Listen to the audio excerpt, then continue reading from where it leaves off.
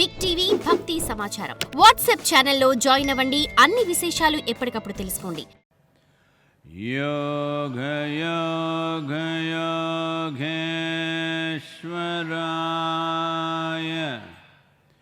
భూత భూత భూతేశ్వరాయ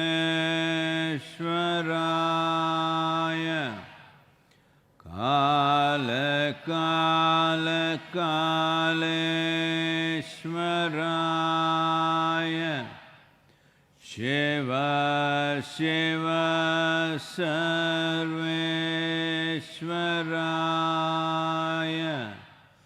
శంభో శంభో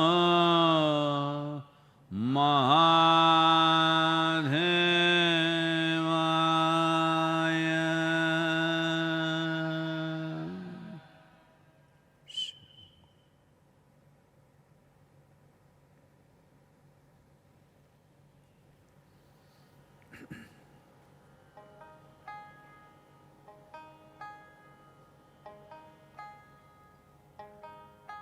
होशियार रहना रे नगर में चोर आवेगा, जागृत रहना रे शहर में चोर आवेगा. होशियार रहना रे नगर में चोर आवेगा, जागृत रहना रे शहर में चोर आवेगा. ओ चोर आवेगा एक दिन, चोर आवेगा एक दिन, काट आवेगा. होशियार रहना रे नगर में चोर आवेगा, जागृत रहना रे शहर में चोर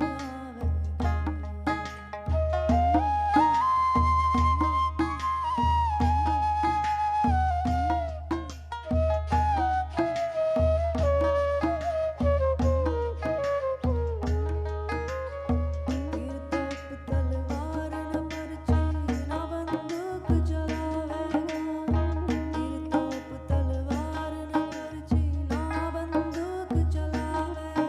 रे आवत जावत नजर नहीं आवे, आवत जात नजर नहीं आवे, भीतर घूम घुमावेगा. होशियार रहना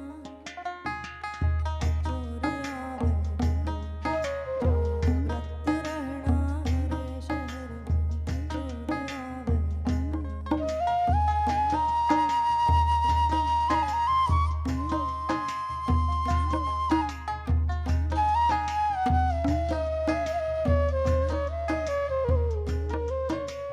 घर नहीं तोड़ किला नहीं मोड़, ना कोई रूप दिखावेगा.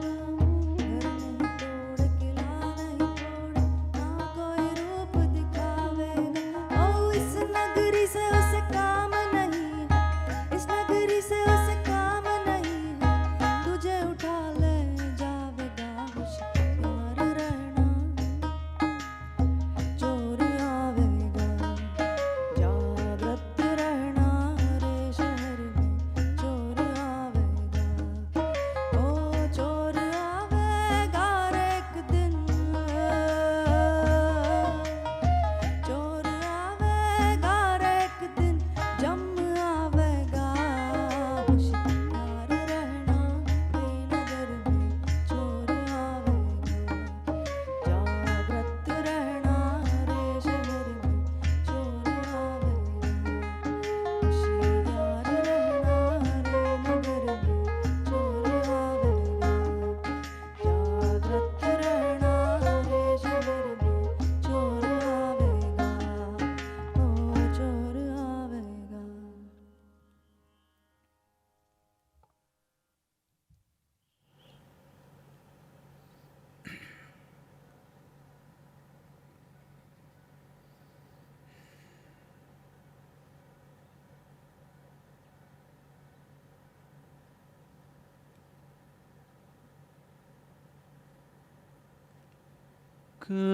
करचरण कृतं वा कायजं कर्मजं वा श्रवणनयनजं वा मानसं वापराधं विहितम् अविहितं वा सर्वमेतत्क्षमस्व।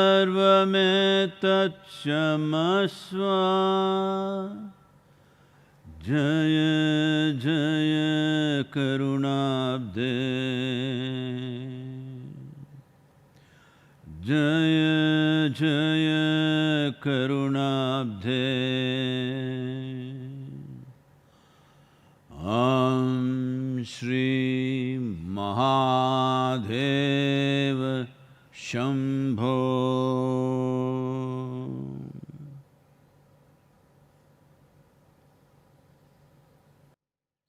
నమస్కారం, అందరికీ నమస్కారం.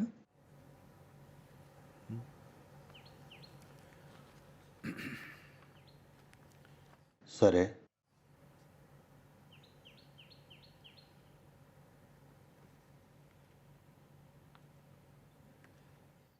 ఇలా ఈ ఘోరమైన పని చేయడం, ప్రతిరోజు ఇలా ఎంతమంది పోయారో చూడటం, ఇది అంత మంచి విషయం కాదు. కానీ ఇది ప్రతి చోట ముఖ్యమే, ప్రత్యేకించి మన దేశంలో. ఎందుకంటే మన మనసు ఎలా ఉంటుందంటే, కొన్ని రోజుల తర్వాత సరే నాకేం కాలేదు, మా కుటుంబంలో వాళ్ళకు కూడా ఏం కాలేదు, మా చుట్టుపక్కల వాళ్ళు కూడా బాగానే ఉన్నారు, వాళ్ళకు వైరస్ తగులుకుంటుంది అనుకున్నా కానీ వాళ్ళు కూడా బాగానే ఉన్నారు. అసలు ఇది మొత్తం, ఈ విషయం అంతా ఏదైనా కుట్రేమో, ఎవరో ఏదో వార్త పుట్టించుంటారు మన ఆర్థిక వ్యవస్థను పాడు చేయడానికి. ఇలా చేసుంటారు, ఈ విధంగా ప్రజలు అనుకుంటారు. నేను ఇది కల్పించి చెప్పడం లేదు, ఇలా జరుగుతోంది. మరణించిన వారి సంఖ్య చూడడం అన్నది ఈ సందేశాన్ని మనకి స్పష్టంగా తెలుపుతుంది. ఎవరూ దీన్ని పుట్టించడం లేదు, ప్రజలు చనిపోతున్నట్లు నటించడం లేదు, వారు నిజంగానే చనిపోతున్నారు అని. అమెరికాలో మరణాలు 52,000 దాటింది.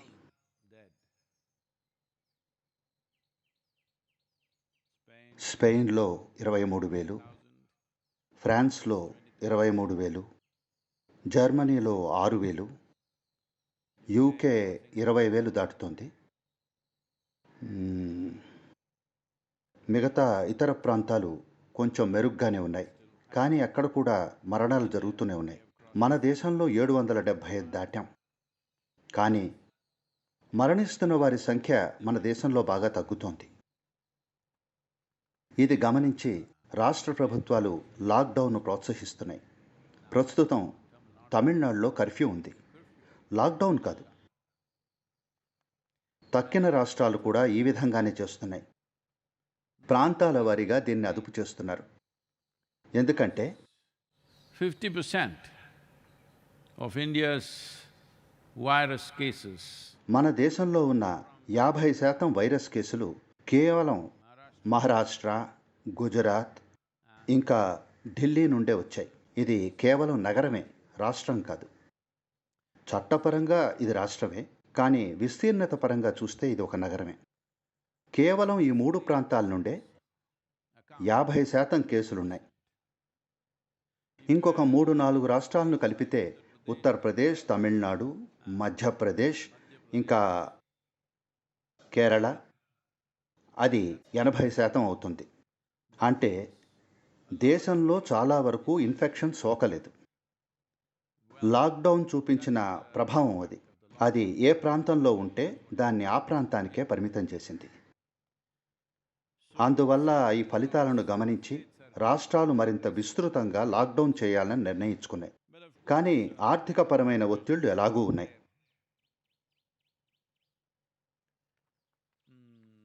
అందువల్ల కొన్ని రాజీ పరిష్కారాలను మనం చూడాలి. కానీ పౌరులే క్రమశిక్షణతో ముందుకొస్తే, ప్రపంచవ్యాప్తంగా అన్ని చోట్ల క్రమశిక్షణతో ఉంటే అది ఎంతో మెరుగ్గా పనిచేస్తుంది. ఎందుకంటే ప్రస్తుతానికి ఇది ఒక మనిషి నుండి మరో మనిషికి సోకుతోంది. సరే, కొన్ని పులులకు కూడా వచ్చాయన్నారు, కానీ ఖచ్చితంగా మీరు వెళ్ళి ఒక పులిని వాటేసుకోరు, అందుకని పర్వాలేదు. 2 సింహాలు, ఒక పులి అమెరికాలోని ఒక జూలో ఈ వైరస్ బారిన పడ్డాయి. కొన్ని పెంపుడు కుక్క పిల్లలకు కూడా వచ్చిందన్నారు. కానీ జంతువుల్లో ఇది ఎంతో బలహీనమైన స్థితిలో ఉందని గమనించారు. కానీ అవి కూడా వాహకాలు కావచ్చు. కానీ ప్రధానంగా ఈ హాని జరిగేది మనిషి వల్లే. మనుషులు వ్యక్తిగతంగా, ఇంకా సామాజికంగా, ఇంకా దేశాలుగా ఎలా ప్రవర్తిస్తారు అన్నది మనం నష్టాన్ని ఎంతవరకు అరికట్టగలమో నిర్ణయిస్తుంది. మరణించే వారి సంఖ్య ఇంకా ఆర్థికపరమైన నష్టం, ఈ రెండింటినీ కూడా మనం బాగా అదుపు చేయగలం. మనందరం కొంత క్రమశిక్షణతో నడుచుకుంటే ఇది జరుగుతుంది. ఆ కారణం వల్లే నేను ప్రతిరోజు ఈ మరణాల సంఖ్యను చదువుతున్నాను. ఎందుకంటే మీకు ఇంగితం లేకపోయినా కనీసం భయం ఉంటుందని. అవును, దురదృష్టవశాత్తు. ఒకవేళ మీరు వివేకం కలిగి ఉంటే అది తేలిక. కానీ ప్రజల్లో వివేకం లేకపోతే తర్వాతది భయం. కనీసం భయం వల్ల విఘ్నత కలిగి ప్రవర్తిస్తారు. This is something that always intrigued me. ఇది నన్ను ఎప్పుడూ ఆశ్చర్యపరుస్తుంది. భయాన్ని ఎందుకు సుగుణంలా చూస్తారు అన్న విషయం.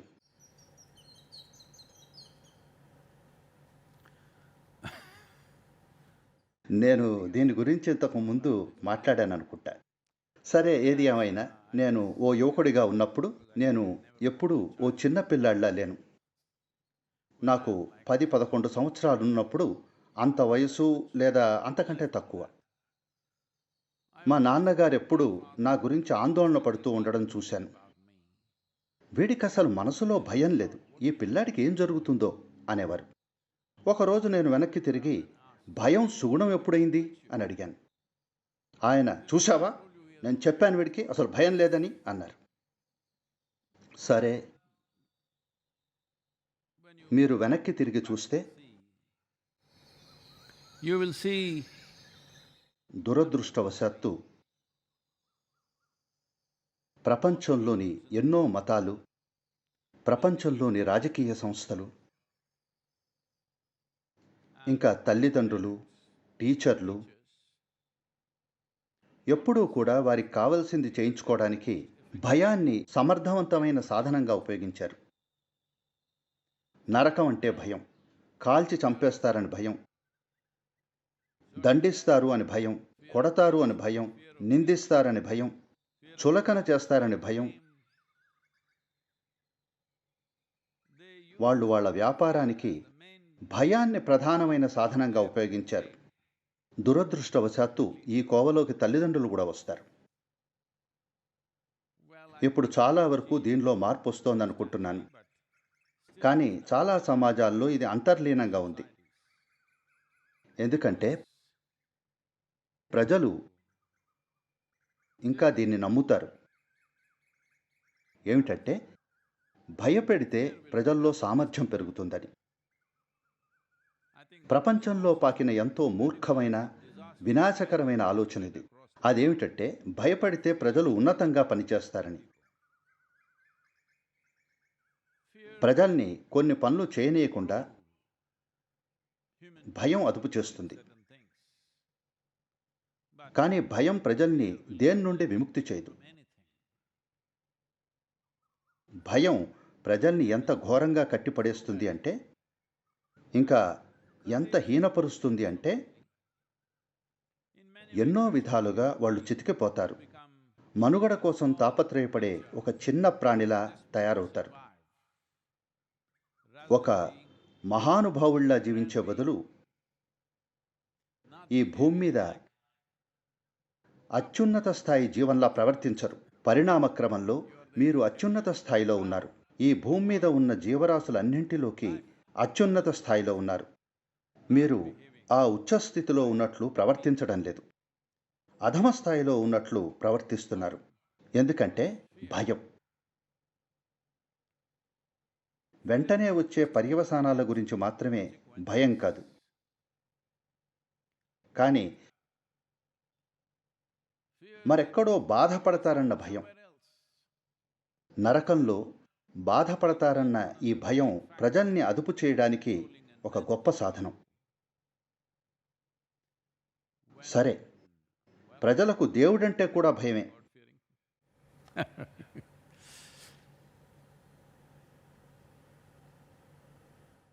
మనం చేసే ఎన్నో పనులు, అంటే మన పిల్లల్ని పెంచటం, వారికి చదువు చెప్పించటం, వారిని సృష్టి మూలం వైపు మళ్లించటం, ఇవన్నీ భయంతోనే. ఈ విధంగా సాఫల్యం ఎలా సాధిస్తారు? ఎందుకంటే భయం బలహీనపరుస్తుంది. మీరు వికసించాలి అంటే, మీలో ఎంతో కొంత స్వేచ్ఛను పొందాలంటే, మీకు ఉన్నదంతా పెట్టగా ఇంకా బయట నుండి కూడా సహకారం అవసరమవుతుంది. మీకు ఉన్నది సరిపోదు. మీకు ఉన్నదంతా పెట్టగా ఇంకా మరికొంచెం అవసరం అవుతుంది. బయట నుండి సహకారం అవసరం, లేదంటే ఒకరు వికసించలేరు. ఇప్పుడు మనిషిని భయంతో నలిపేసి, వారు ఉన్న దానికంటే వారిని తక్కువ చేసి, ఆ తర్వాత వారు ఉన్నతమైనది ఏదో సాధిస్తారు అనుకుంటే అది ఎంతో అర్థరహితమైన పని. ఒకసారి ఇలా జరిగింది.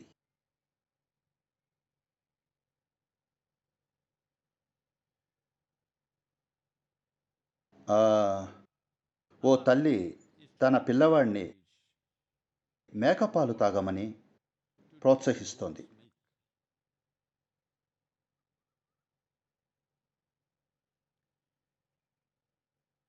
కానీ ఆ పిల్లాడికి అది నచ్చడం లేదు. అందుకని ఆవిడ, నువ్వు మేకపాలు తాగితే నువ్వు ఎప్పుడూ వయసులోనే ఉంటావు, అసలు ముసలివాడివి అవ్వవు అంది. ఆ పిల్లాడు ఆవిడ్ని చూసి, అమ్మా, అది నిజమైతే మన పక్కింట్లో ఉన్న మేక దానికి 4 ఏళ్ళు, కానీ దానికి గడ్డం కూడా ఉంది అన్నాడు.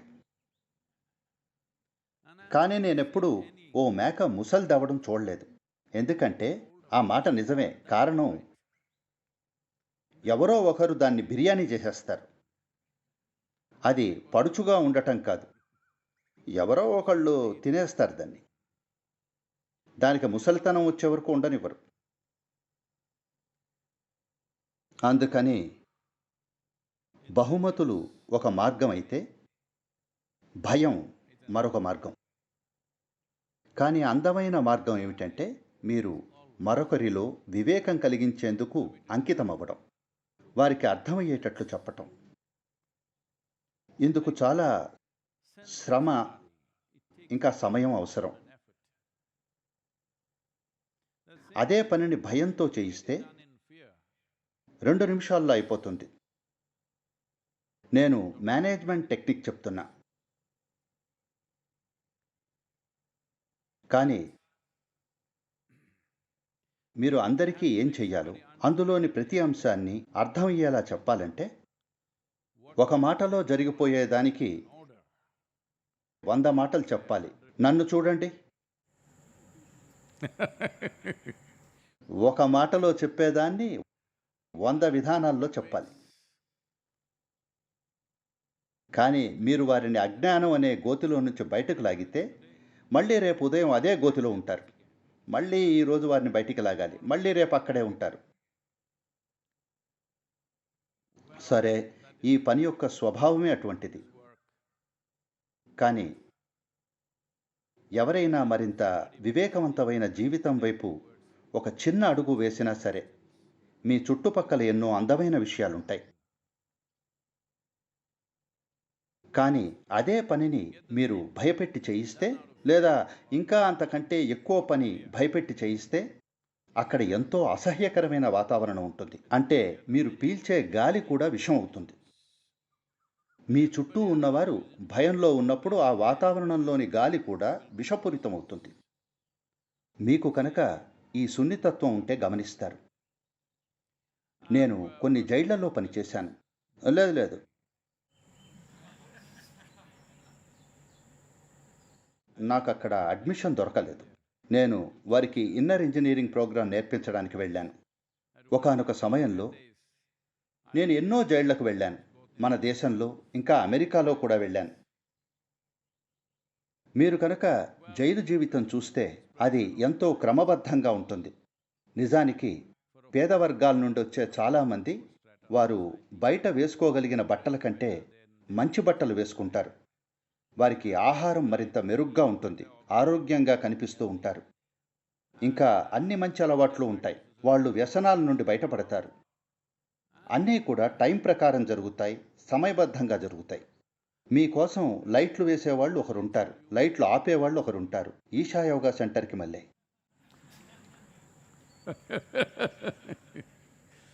మీకోసం తలుపు తీసేవాళ్ళు కూడా ఉంటారు. సరే, వాళ్ళు మూసేసి కూడా ఉంచుతారు. లేదు లేదు, ఇళ్లల్లో ఎంతో ఘర్షణ పడుతూ ఉంటారు. ఈవేళ వాకిలి తలుపు ఎవరు తాళం వెయ్యాలి అని, నేనెందుకు చేయాలి, నువ్వు చెయ్యి. ఇలాంటి సమస్యలేమీ లేవు. మీకోసం అన్నీ ఎవరో ఒకరు చేసి పెడుతూ ఉంటారు. ఎన్నో విధాలుగా చూస్తే ఒక వర్గం నుండి వచ్చేవారికి భౌతికం ఇంకా లౌకికపరమైన విషయాల్లో జైలు జీవితం నిజానికి వారికి ఇంట్లో ఉన్నదానికంటే మెరుగ్గా ఉంటుంది. కానీ వారి బాధ ఆ గాలిలోనే బాధ ఉంటుంది, ఆ నొప్పి గాలిలోనే ఉంటుంది. నేను ఎప్పుడూ జైలుకు వెళ్ళి కంటతడి పెట్టకుండా రాలేదు. ఎందుకంటే మీరు శ్వాస తీసుకునే గాలిలోనే ఎంతో బాధ ఉంటుంది. ఒక చారిత్రాత్మక ప్రదేశాన్ని సందర్శిస్తున్న సమయంలో ఒక మాన్యుమెంట్ లాంటిది, అది టెన్నెసీలోనిది. In Tennessee, an old prison, చాలా పాత జైలు అది. సివిల్ వార్ జరిగిన సమయంలోంది. నేను అక్కడ ఉరి తీసే ప్రాంతానికి వెళ్ళాను. ఆ టూర్లో భాగంగా మమ్మల్ని అక్కడికి తీసుకెళ్లారు. మీరు అస్సలు నమ్మలేరు. బహుశా అక్కడ చివరిసారిగా ఉరి తీసి ఒక 100 సంవత్సరాలు దాటి ఉంటుంది. నాకు ఖచ్చితంగా తెలియదు, కానీ చాలా కాలం క్రితమే.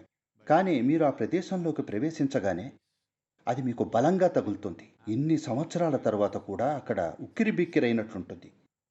భయం, విపరీతమైన భయం, ఇంకా ప్రజలు అనుభవించిన బాధ ఆ వాతావరణంలో అలా సజీవంగా ఉంటుంది. ఇది చాలా ముఖ్యమైన విషయం. మీరు నిజంగానే ప్రపంచాన్ని మార్చాలనుకుంటే, మీ ఇంట్లో వాతావరణం మారాలి అనుకుంటే, ఈ సమాజంలో వాతావరణం మారాలి, ప్రపంచంలో వాతావరణం మారాలి అనుకుంటే అతి ముఖ్యమైన విషయం ఏమిటంటే ప్రజలు తమలో తాము ఆహ్లాదంగా ఉండాలి. సరే, ప్రజలు దుఃఖపడడానికి అంకితమై ఉంటే ఏం చేయగలం? వాళ్ళు మళ్ళీ మళ్ళీ వెనక్కుపోతూ ఉంటారు. మీరు వాళ్ళని పైకి లాగుతూ ఉండాలి. వారి కోసం కాకపోయినా సరే, మీరు ఆరోగ్యకరమైన వాతావరణంలో జీవించడం కోసం. అవును, లేదంటే వారంతా దుఃఖంలో, భయంలో జీవిస్తూ ఉంటే అది మీకు ఒక విషపూరితమైన వాతావరణాన్ని సృష్టిస్తుంది. ఇప్పుడు విషం అంటే దాని అక్షరార్థం తీసుకోకండి. ఎందుకంటే సోషల్ మీడియాలో కొంతమంది ఛాంపియన్లు ఉంటారు. వాళ్ళు వెంటనే, నేను ఇక్కడ ఈ ఉరి తీసే ప్రాంతంలో గాలిని పరీక్షించి చూస్తాను, ఇందులో ఏమీ తేడా లేదు, అదే శాతంలో ఆక్సిజన్ ఇంకా కార్బన్ డైఆక్సైడ్ ఉన్నాయి అంటారు. ఇలా ఎందుకంటే వాళ్ళు సూక్ష్మమైన దాన్ని ఎప్పుడూ గ్రహించలేరు. ఇప్పుడు మీరందరూ సజీవంగా ఉన్నారు. ఇలా మరణాల సంఖ్య చదువుతున్న సమయంలో మీరు సజీవంగా ఉన్నారు. అది ఎంతో అద్భుతమైన విషయం. కానీ చాలామంది మనుషులకు వాళ్ళు సజీవంగా ఉన్నారనడానికి ఉన్న ఒక్క ఆధారం ఏమిటంటే వారి గుండె కొట్టుకుంటోంది.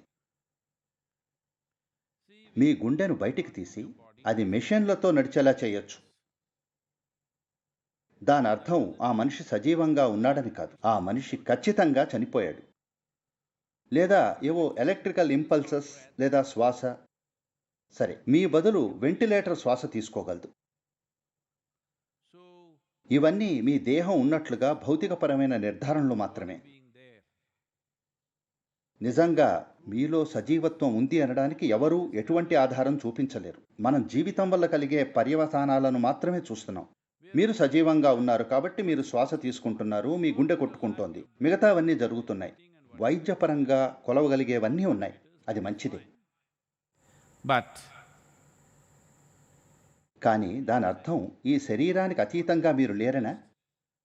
అలాంటి వారు ఈ భూమి మీద అలా వాలిపోయాము అనుకుంటున్నారు. వారికి మనం ఈ శరీరాన్ని మెల్లిగా పోగు చేసుకున్నామని తెలియదు. 5 ఏళ్ల వయసులో అదే మనిషి, 10 ఏళ్ల వయసులో అదే మనిషి, 25 వచ్చినా అదే మనిషి, 100 ఏళ్లకు కూడా అదే మనిషి. మీకు సంబంధించినంత వరకు అంతే. మీరు మరిన్ని జ్ఞాపకాలు, మరింత అనుభవం, మరింత ధనం, ఇంకా ఎంతో చెత్త పోగు చేసుకుని ఉండొచ్చు. కానీ మీ అనుభూతిలో మీరు ఇంకా అదే వ్యక్తి. మీ శరీర రూపురేఖలను పక్కన పెడితే మీరు ఇంకా అలానే ఉన్నారు. మరి ఇది పరిస్థితి అయినప్పుడు మీ సజీవత్వానికి ఆధారాలు ఎక్కడున్నాయి? చాలామందికి అసలు సజీవం అంటే ఏమిటో తెలియదు. అక్కడికి వారేదో వేరెవరినో చెక్ చేస్తున్నట్టు నా గుండె కొట్టుకుంటుంది, నేను సజీవంగానే ఉన్నాను అంటే ఎంత మూర్ఖంగా ఉంటుంది. మరెవరినో చెక్ చేయాల్సి వచ్చినప్పుడు అది పర్వాలేదు. ఇక్కడ ఎవరో పడిపోతే వారి శ్వాసను మనం చూసి, సరే మీరు శ్వాస తీసుకుంటున్నారు, బతికే ఉన్నారు అంటే పర్వాలేదు. మీ శ్వాసను మీరు చెక్ చేసుకుని నేను సజీవంగా ఉన్నాను అంటే ఇక మీలో అది లేనట్లే, అందులో ప్రశ్నే లేదు. అలాంటి వారు విషం ఏది చూపించండి అంటారు.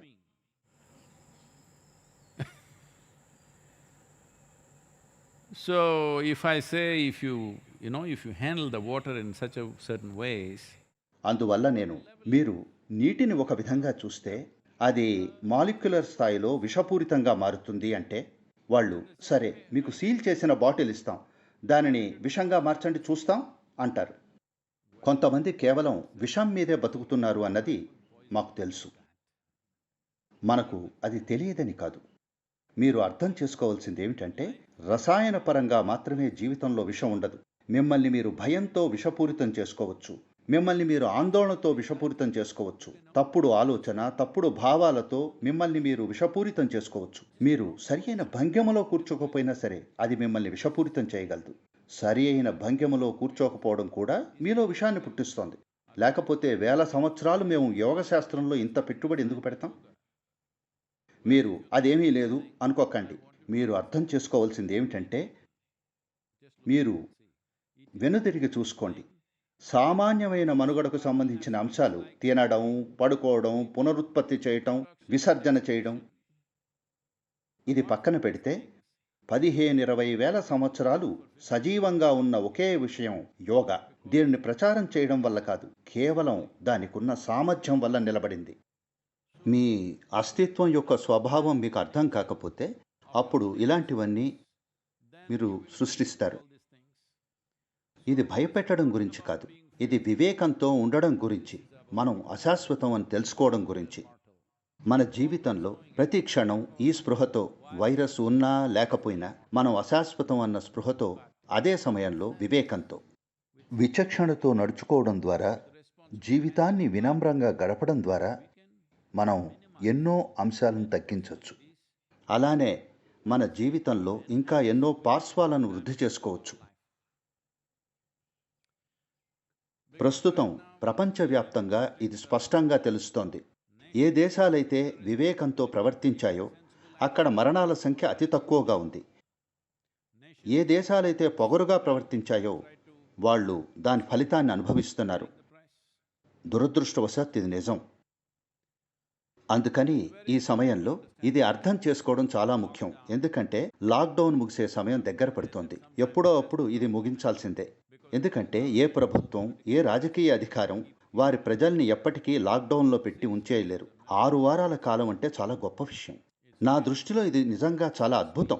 6 వారాలు చాలా వరకు మనం విజయవంతంగా సాగించాం. ఏవో కొన్ని బాధ్యతారహితమైన సమూహాలు తప్ప చాలా వరకు ఇది విజయవంతంగా కొనసాగింది. ఈ దేశంలోని అధికారానికి ఇంకా ప్రజలకు కూడా ఇది ఎంతో అద్భుతమైన విజయం. ఇంకా ఇలాగే చేస్తున్న మరిన్ని దేశాలకు కూడా ఇది వర్తిస్తుంది. బలవంతం వల్ల కాదు, కేవలం మీరు ఇది అర్థం చేసుకోవాలి, లేకపోతే మీరు జీవించకపోవచ్చు అని తెలియజేయడం ద్వారా. అందుకని ముసలి మేక ఎప్పుడూ ఉండదు. దాని అర్థం అదెప్పుడూ వయసులో ఉండిపోయింది అని కాదు. ఒక నానుడు ఉండేది. మేము హ్యాండ్ గ్లైడింగ్ లాంటివి నేర్చుకుంటున్నప్పుడు అక్కడ ఒక నానుడు ఉండేది. వయసైన పైలట్లున్నారు, సాహసవంతమైన పైలట్లున్నారు, కానీ వయసైన సాహసవంతమైన పైలట్లు లేరు అని. ఇది అలాంటి సమయమే. మీకు సాహసం చాలా ఎక్కువగా ఉంటే మీకు ఎప్పటికీ వయసు అవ్వదు. అందులో ఉండే సదుపాయం అది. నమస్కారం సద్గురు. మీకు నా మనఃపూర్వక శుభాకాంక్షలు. నేను డాక్టర్ గాయత్రి, ముంబై నుండి. మిమ్మల్ని నేను అడగాలనుకునే ప్రశ్న, అయోధ్య ఇంకా ఉత్తర భారతదేశం దేవభూమి వంటివి. రాముడి నుండి కృష్ణుడి వరకు అందరూ ఇక్కడ జన్మించారు. వీటిని పవిత్రమైనవిగా భావిస్తారు. కానీ ఇప్పటికీ ఉత్తర భారతదేశంలో ఎప్పుడూ సంఘర్షణలు ఉంటాయి. ఇంత పవిత్రమైనప్పటికీ దేశంలోని ఈ ప్రాంతంలో హింస, దౌర్జన్యం, వ్యసనం కేసులు ఎక్కువగా ఉంటాయి. ఎందుకిలా?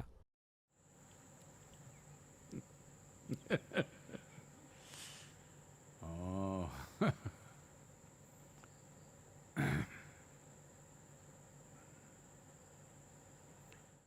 సరే, మీరు కనుక రాముడి జీవితాన్ని చూస్తే, మీరు కృష్ణుడి జీవితాన్ని మరింత దగ్గరగా చూస్తే, ఖచ్చితంగా అప్పుడు అతని చుట్టూ ఉన్నవారు కూడా చాలా హింసాత్మకంగా ఉండేవారు. ఒకరికొకరు అన్ని రకాల ఘోరమైన వాటిని చేయడంలో ఎలాంటి బెరుకు లేదు. అది కేవలం ఎందుచేతనంటే, బహుశా కృష్ణుడు లాంటి మనిషికున్న ప్రాముఖ్యత, తనదైన సమతుల్యత, సరదాతనం, నిమగ్నత, జ్ఞానం అన్నింటినీ మించి అతని నుండి ప్రసరించే బ్రహ్మాండమైన అనుగ్రహం అన్నిటికీ ప్రాధాన్యత ఉంది. ఒకవేళ ఈ దుష్టులు ఘోరమైనవి చేయకుండా అందరూ బాగా జీవిస్తూ ఉంటే కృష్ణుడికి అంత ప్రాధాన్యత ఉంటుందని నేను అనుకోను. ఈ భయంకరమైన వ్యక్తులందరి కారణంగా అతనికి చాలా ప్రాధాన్యత ఉంది. చూడండి, ఇక్కడ యోగా కేంద్రం పూలతో నిండి ఉంది. మీలో ఎంతమంది ఈ పువ్వుల సువాసన ఇంకా అందాన్ని గమనిస్తున్నారో నాకు తెలియదు. ఇది కృష్ణ కమలం అని పిలువబడే చాలా క్లిష్టమైన ఇంకా అద్భుతమైన పువ్వు. చాలామంది ఈ పువ్వును చూసుండరు. చాలా క్లిష్టమైంది. ఇది యోగా కేంద్రంలో చాలా చోట్లుంది. మీరు కనుక మీరు టూరిస్ట్ మోడ్లో ఉంటే, నేనేం పర్యాటకానికి వ్యతిరేకం కాదు. మాకు అది అవసరం. ప్రస్తుతం అది చాలా దెబ్బతింది కాబట్టి ఖచ్చితంగా మాకు అవసరం. కానీ పర్యాటకులు సాధారణంగా, మీకు తెలుసా, ఈ రోజుల్లో అది కూడా కాదు, అది పోయింది. ఇతరుల చిత్రాలను తీసే ఆ రోజులు పోయాయి. ఇప్పుడు ఇదంతా మీ గురించి. కాబట్టి మీరు ఆ రకమైన స్థితిలో ఉంటే మీరు ఇలా వెళ్తుంటారు. You will not sense anything subtle. మీరు సూక్ష్మంగా ఏమీ గ్రహించరు. మీరు ఆగి చూడరు. ఎందుకంటే కృష్ణకమలం వచ్చి మీ ముఖం ముందు వాలి సెల్ఫీ తీసుకోదు కదా. సున్నితంగా తన సువాసనను వెదజల్లుతూ అది అక్కడే ఉంటుంది. మీకు కొంచెం సున్నితత్వం అవసరం. మీరు పువ్వును వాసన చూడలేకపోతే మీకు వైరస్ ఉందేమో. ఇంకా మీలో కొందరు గమనిస్తారేమో, ఏదో సువాసన అంటారు. కానీ కృష్ణకమలం ఒక రకమైన సువాసనను వెదజల్లుతోంది. మీకు తెలుసా, సంపంగి మరో రకమైన సువాసన వెదజల్లుతుంది. ఇంకా మల్లెపువ్వు మరో రకమైన సువాసనను గుబాళిస్తుంది. వివిధ రకాల సుగంధాలను వెదజల్లే పువ్వులున్నాయి. నాకు ఇది ఖచ్చితంగా తెలుసు. ఇక్కడ కూడా అతి కొద్ది మంది ఉన్నారు, లేదా వారిని ముక్కులు అని పిలుద్దాం. ఇక్కడ కొన్ని ముక్కులు ఉన్నాయి. కేవలం వారు మాత్రమే తమ ముక్కుని ప్రతి పువ్వులోకి దూరుస్తారు. వారికే తేడా తెలుస్తుంది. ఇతరులు చాలామందికి పువ్వులు ఏదో. చాలామంది ఇతరులకు అసలు తెలియదు. వారికి డిన్నర్ సమయం అవుతుంది. వంటకాల గుమగుమ వారిని ఆకర్షిస్తుంది. నేను ప్రతిదాన్ని కించపరచడానికి లేదా ఎగతాళి చేయడానికి కాదు, కానీ అది జీవితం యొక్క వాస్తవికత. ఈ తోటలో చాలా పువ్వులుంటే చాలామంది ప్రజలు ఏది ఏమిటి అని గమనించుండరు. కానీ మీరు ఒక ఎడారిలో నడుస్తున్నారనుకుందాం. అక్కడంతా కఠినంగా, అంతా ఇసుకే. మధ్యలో కేవలం ఒక తామర పువ్వు మాత్రమే ఉంది. మీరు దాన్ని నిర్లక్ష్యం చేస్తారా? మీరు దాన్ని అసలు నిర్లక్ష్యం చేయరు. ఒక విధంగా వీళ్ళకి అదే జరిగింది. కృష్ణుడు ఎందుకంటే చుట్టూ పరిస్థితులు నిరంకుశమైనవి, ప్రజలు భయంకరమైన పనులు చేస్తున్నారు. ఒక మనిషి ఆ అన్ని విషయాలను అధిగమించి పైకి లేచాడు. పర్వతాల్లో కూర్చున్న సాధువు కాదు, జీవితాన్ని గడపని సాధువు కాదు, ప్రతిదాంతో పూర్తిగా నిమగ్నం అవుతూనే అన్నింటినీ అధిగమించాడు. అతన్ని ఎవరూ నిర్లక్ష్యం చేయలేరు. వారు అతన్ని ఎలా నిర్లక్ష్యం చేస్తారు? ఆ వాతావరణంలో అతను నిర్లక్ష్యం చేయలేనంత అందంగా ఉన్నాడు. అతనిలాగే 1000 మంది ఉన్నారని అనుకుందాం. అది సాధ్యం కాదు, అలాంటిది ఎప్పుడూ జరగలేదు. కానీ అతనిలాగే 10 మంది ఉన్నారనుకుందాం. అప్పుడు అతను నిర్లక్ష్యం చేసేవారు. ఒకే ఒక్కడు కనుక అతను ప్రకాశిస్తాడు. సరే, అతను పోయిన తర్వాత వారికి విషయం అర్థమైందా? లేదు, ఎందుకంటే సరిగ్గా సగంలో కాకపోవచ్చు. కానీ అతని జీవితపు చివరిలో అతను గుజరాత్ వెళ్ళాడు. అది మీకు తెలుసు. అక్కడ విషాదకరమైన విషయాలు జరిగాయి. ఇంకా అతని సొంత వంశం ఒకరితో ఒకరు పోరాడుతూ చనిపోయారు. వారిలో దాదాపు ప్రతి ఒక్కరూ తమలో తాము చేసిన యుద్ధాల్లో మరణించారు. ఎందుకంటే వారు తమ జీవితం అంతా ఎవరితోనైనా యుద్ధాలు చేయడం అలవాటు చేసుకున్నారు. అకస్మాత్తుగా శత్రువులు లేరు, కాబట్టి వారు తమలో తాము పోరాడాలని నిర్ణయించుకున్నారు. మీరు పోరాడటానికి ఇంకా చంపడానికి జీవితకాలం చేసిన సాధనతో ఏం చెయ్యాలి? చంపడానికి ఎవరూ లేనప్పుడు మీలో మీరే చంపుకుంటారు. కనుక ఇది దురదృష్టవశాత్తు జరిగింది. కానీ వారి జీవితాల యొక్క ప్రాముఖ్యత వాస్తవానికి పోలేదు. భారతదేశంలో ఒక నానుడి, మీరు అందరికీ వెలుగును పంచే దీపాన్ని ఉంచితే దీపం కిందనే ఎప్పుడూ చీకటి ఉంటుంది. కాబట్టి ఇది జరిగింది.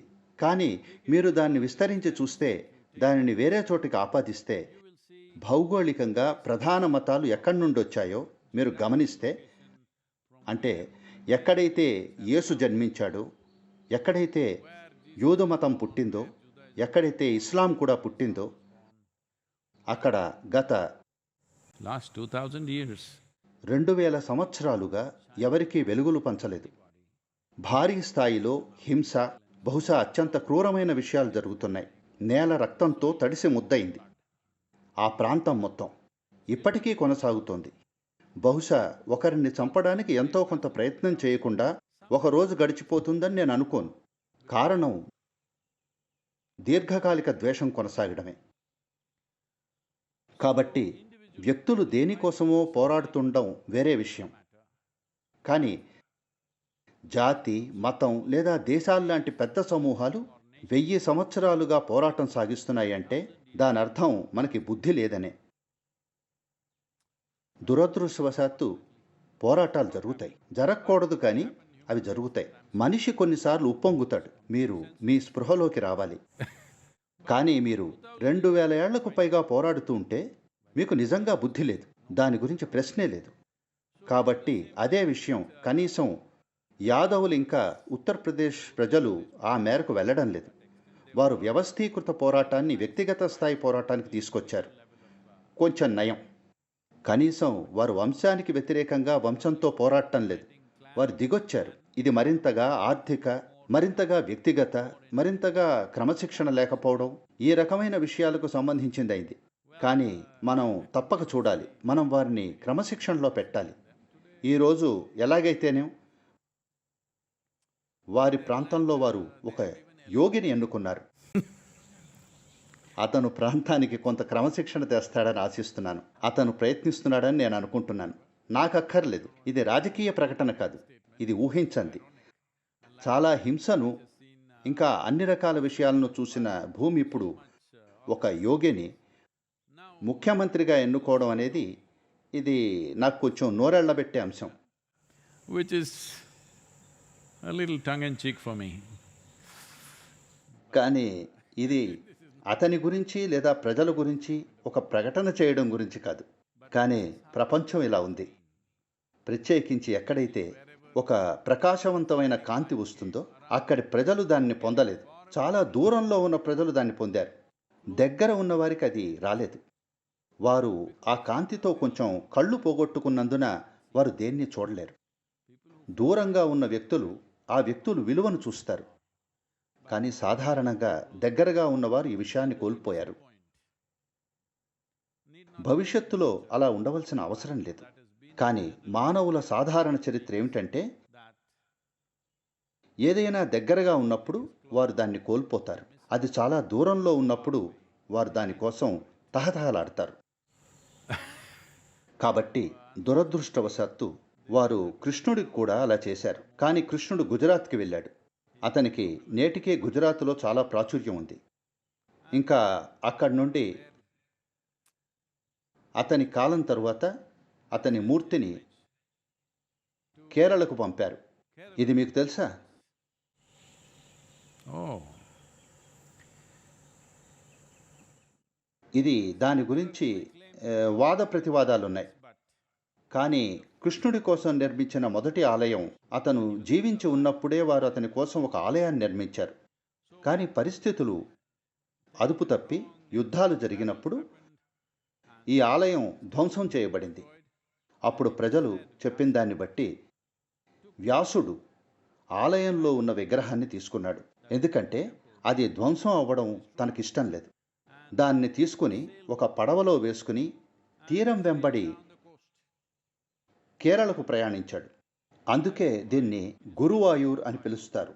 ఎందుకంటే ఒక గురువు గాలిని ఆధారం చేసుకుని దక్షిణంగా వచ్చి గురువాయూర్లో స్థాపించారు. even today, from all over the country, నేటికి దేశం నలుమూలల నుండి కృష్ణ భక్తులందరూ గురువాయూర్కు బారులు తీరుతున్నారు. ఎందుకంటే అది తన నిజ రూపంలో ఉన్న మూర్తిగా భావిస్తారు. కాబట్టి ఇది చాలా చోట్లుంది. కానీ దగ్గరగా ఉండడం చిన్న సమస్య. కానీ బహుశా అక్కడ కూడా అది ఇప్పుడు ప్రకాశిస్తుంది. ప్రజలు ఆ రాష్ట్రానికి తమ రాష్ట్రాధినేతగా క్రమశిక్షణ ఎంచుకున్నప్పుడు బహుశా వారికి మారాలనే కోరిక కలిగి ఉండొచ్చు. ఇది చాలా స్వాగతించదగ్గ మార్పు.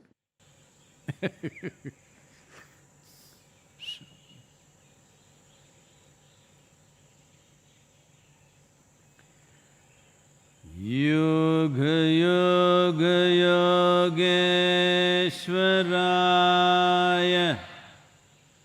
भूत भूत भूतेश्वराय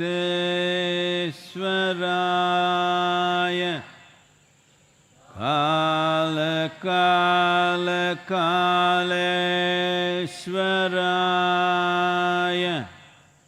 शिव शिव सर्वेश्वराय शंभ शंभ महादेवाय.